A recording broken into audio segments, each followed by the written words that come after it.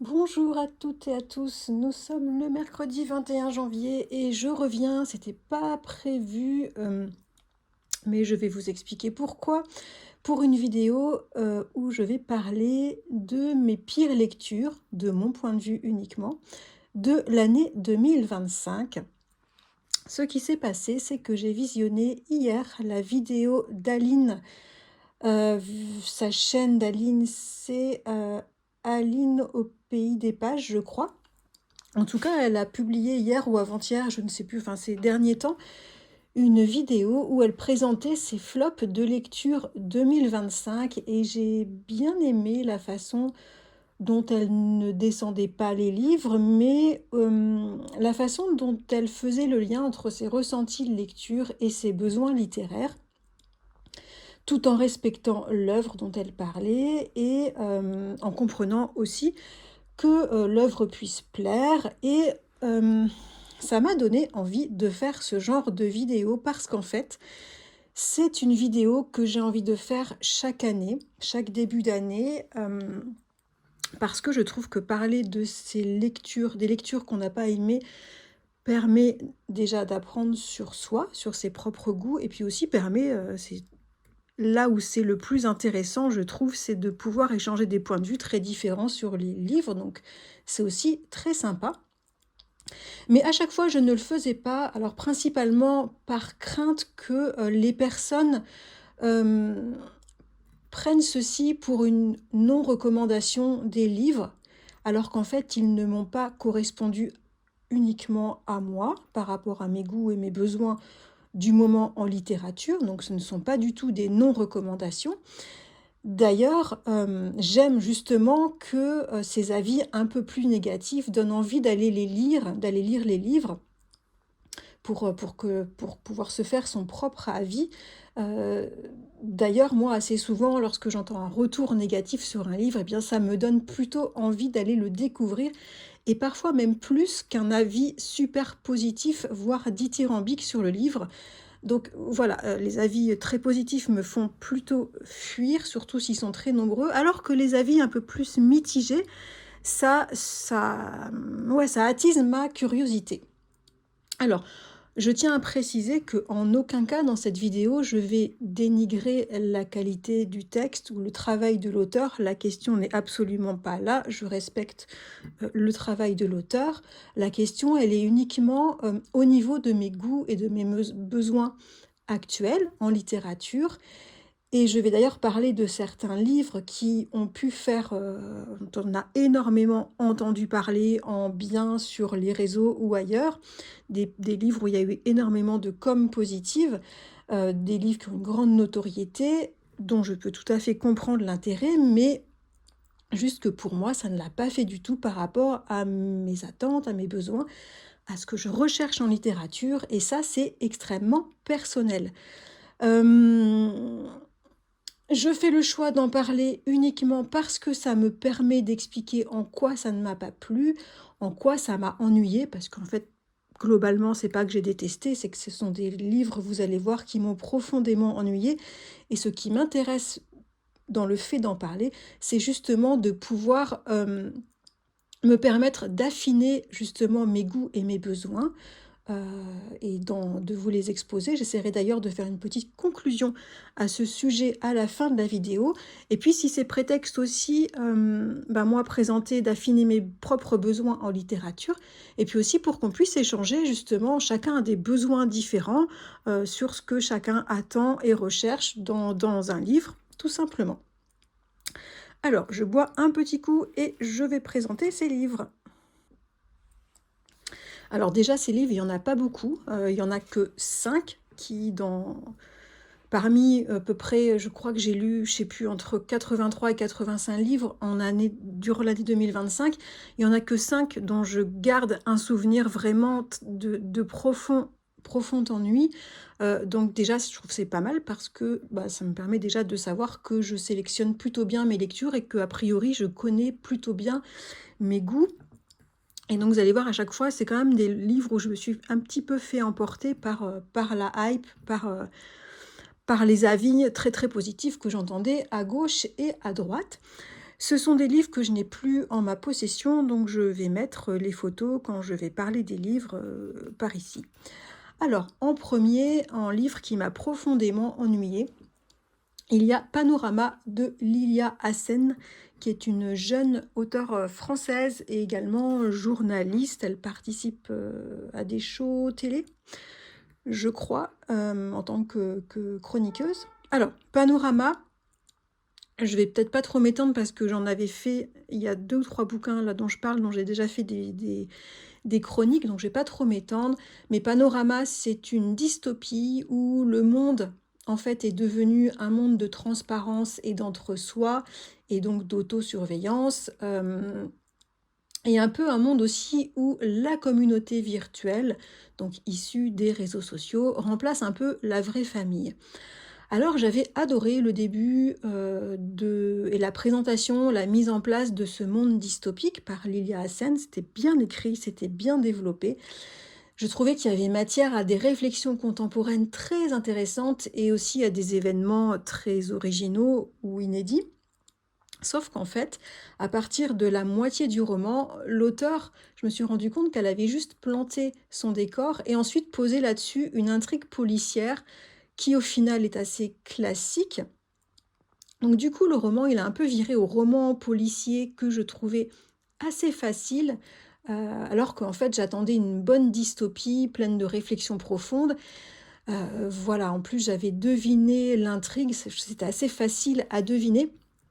Du coup, je m'étais profondément ennuyée sur la seconde partie de ce roman. J'avais trouvé ça très très long. C'était une lecture assez pénible à terminer, alors que bon, j'avais adoré la première partie. Donc c'était pour moi une déception ce roman.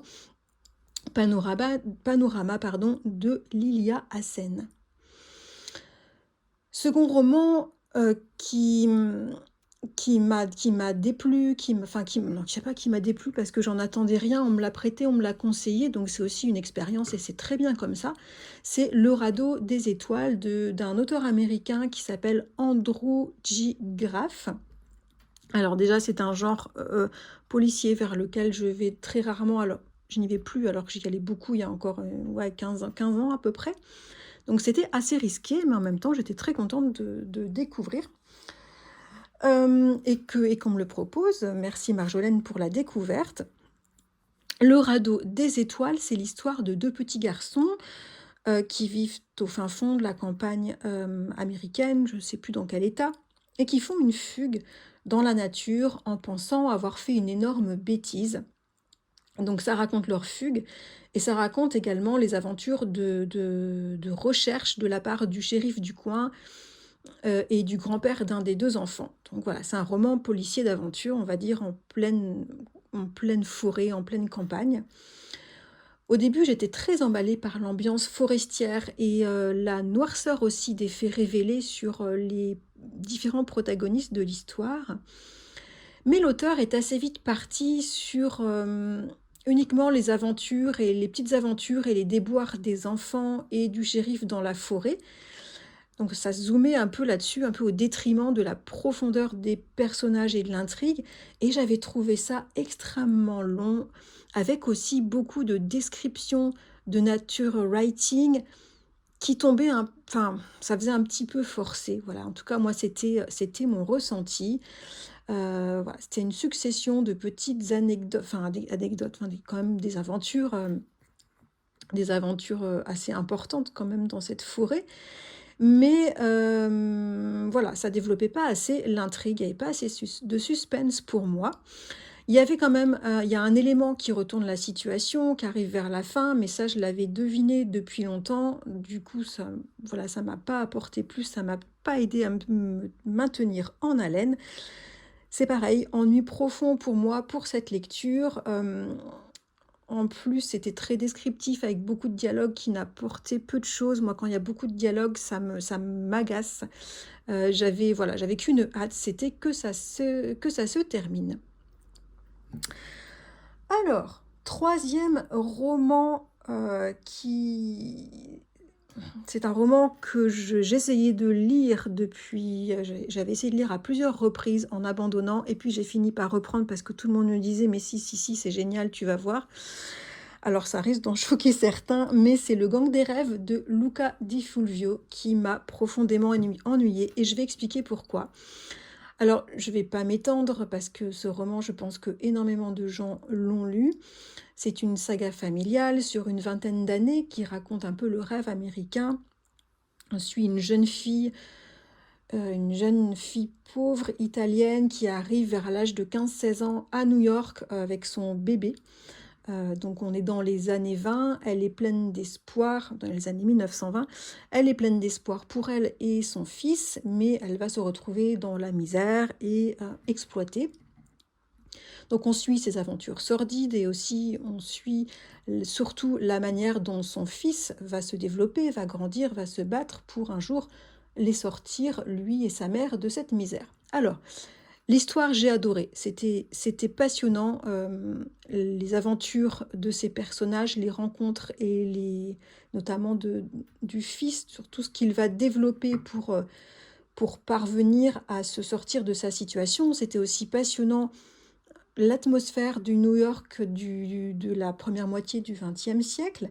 Mais alors moi, ce qui n'est pas du tout passé, c'est l'écriture, qui ne l'a pas fait pour moi du tout. C'est des chapitres extrêmement courts, ça se lit très très très vite, il y a beaucoup de dialogues, c'est très centré sur le factuel.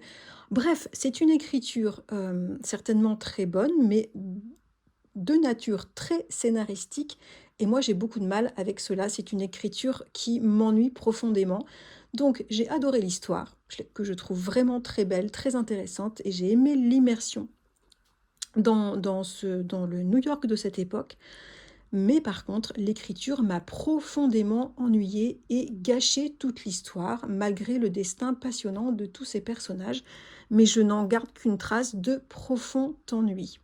Voilà pour mon ressenti du Gang des rêves de Luca Di Fulvio. Autre lecture qui m'a suscité beaucoup d'ennuis, il s'agit de Nuit d'orage à Hauteville de Juliette Galliani. Il s'agit d'un huis clos dans la bourgeoisie de Lyon dans les années 50 autour d'un meurtre. Donc la manière dont c'était défini, j'avais l'impression que j'allais être balancée dans un Simenon. Voilà, et on est bien loin de ça. J'adore Simenon. On n'est pas trop là-dedans. Là, on est dans un huis clos avec des ados. Alors, des sœurs et des cousines, donc de milieux hyper favorisés, qui se jalousent les unes les autres. C'est que des filles sur plein de trucs. Alors, les études, les projets, les amitiés, les amours, etc. Donc déjà, c'était assez mal parti avec moi parce que des querelles d'ados comme ça m'intéresse absolument pas.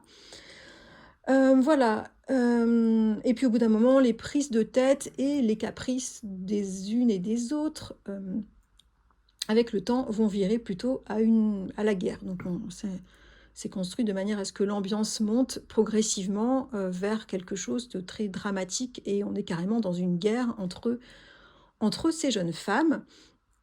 J'ai trouvé qu'il y avait assez peu d'intrigues, hormis des commérages, des jalousies, des crises de nerfs. Il y avait des descriptions très longues avec un style d'écriture que j'ai trouvé très scolaire. Le style d'écriture ne m'a pas plu du tout. Les personnalités et les caractères des personnages étaient assez clichés et exacerbés au possible. Alors il y avait tout de même un petit suspense parce que dès le début, on sait qu'il y a un crime qui a été commis et on ne sait pas trop qui, je crois c'est ça, qui est mort, on ne sait plus. En tout cas, on se doute que la fin va nous amener à essayer de nous faire comprendre qui est le meurtrier, tout simplement. Mais qu'est-ce que c'était long. L'auteur, en fait, elle a construit sur son procédé, elle a essayé de passer un par un ces personnages pour nous expliquer comment chacun avait ses propres motifs de tuer l'autre. Donc j'avais l'impression de lire son brouillon de plan pour faire son roman. Voilà, voilà. Je trouve que ça n'entretenait pas du tout le suspense. Moi, je garde qu'un souvenir d'ennui profond avec cette lecture et même de perte de temps.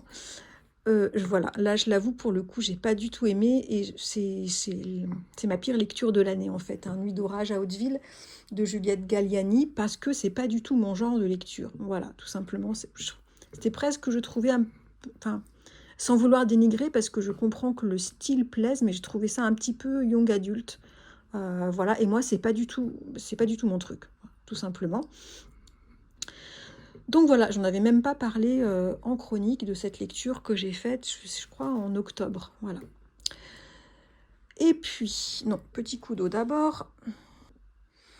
Dernier roman qui m'a beaucoup ennuyée, qui m'a un peu déçue parce que j'avais entendu énormément de critiques super positives, donc j'en attendais quand même. J'avais fini par craquer, par l'acheter en poche.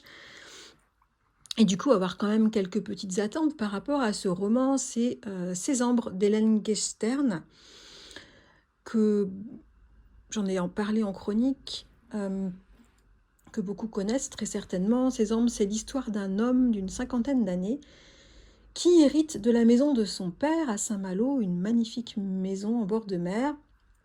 Et cet homme va plaquer son boulot de prof d'histoire pour habiter dans cette maison à Saint-Malo. Et on va découvrir son histoire personnelle à cet homme, donc son divorce en cours, son histoire avec sa propre histoire personnelle avec ses parents, et puis son installation dans la maison, ses pensées, voilà, son spleen qu'il traîne un petit peu avec lui. Et puis il va trouver les carnets d'un de ses ancêtres dans la maison.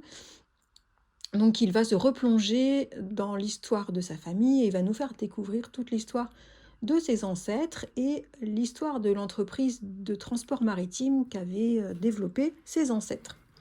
Et puis on va apprendre aussi, il va découvrir quelques petits secrets sur sa famille et va y avoir également là-dedans une histoire d'amour. Alors, il y avait beaucoup trop de choses pour moi dans ce roman. À la fin du roman, je me suis dit, j'avais vraiment, la première réflexion que j'ai eue, c'est que l'auteur s'était mis peut-être un cahier des charges personnel pour essayer de réunir tout ce qui fonctionne bien en ce moment. Il y avait la saga familiale, la romance, la description de la nature, des éléments historiques, un secret de famille, et pour moi, c'était trop, ça n'a pas marché. Il y avait trop de choses à traiter, du coup, selon moi, assez peu de choses réellement auxquelles s'attacher. On passait d'une thématique à une autre sans arrêt, ça avait fini par me perdre, j'avais pas le temps de m'attacher à quoi que ce soit, d'imaginer ou de réfléchir. En plus, je trouvais l'écriture très froide, très descriptive, et ouais, uniquement descriptive dans le sens factuel, concrète, et avec beaucoup de dialogues qui apportaient peu de choses, voire même insipide parfois. Donc je m'étais profondément ennuyée avec l'écriture, avec la manière de raconter l'histoire ou les histoires. J'étais quand même allée jusqu'au bout parce que ça se lit très très vite, hein, c'est très limpide comme écriture, les pages se tournent vite, mais bon voilà, moi j'en garde rien en fait, j'ai rien retenu de l'histoire, mais j'en garde juste de l'ennui parce que j'ai accroché à rien dans ce roman. Voilà.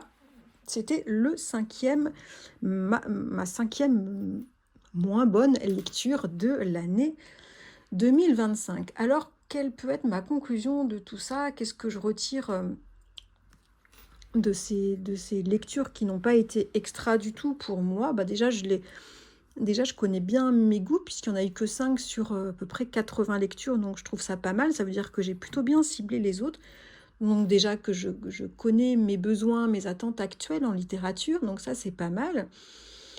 Ça m'a permis, en nouveauté, ce que j'ai appris là-dessus, globalement, de faire ce retour sur ces livres, c'est que avant toute chose, dans un roman, j'ai besoin d'une plume et ou d'un procédé narratif original, libre, inventif, très fouillé, voire très alambiqué. Ça, je le savais, mais alors pas à ce niveau-là, vraiment là, ou alors c'est mes goûts qui ont changé, qui ont évolué un petit peu, mais vraiment j'ai besoin d'une plume avant tout. Ça m'a confirmé aussi que je n'aime pas quand il y a trop de dialogue, surtout s'ils ne s'apportent rien ou s'ils sonnent un petit peu creux, qui font pas naturel. J'aime qu'on ne me mâche pas tout. J'aime pouvoir faire les liens moi-même, d'agencer les détails, deviner la psychologie des personnages par juste ses choix ou ses actes. J'aime pas qu'on voilà, qu'on me mâche tout en littérature. Hem, J'aime pas être juste à gober des mots sans donner du fil un peu de fil à retordre à mon cerveau, niveau phrase, niveau contextualisation.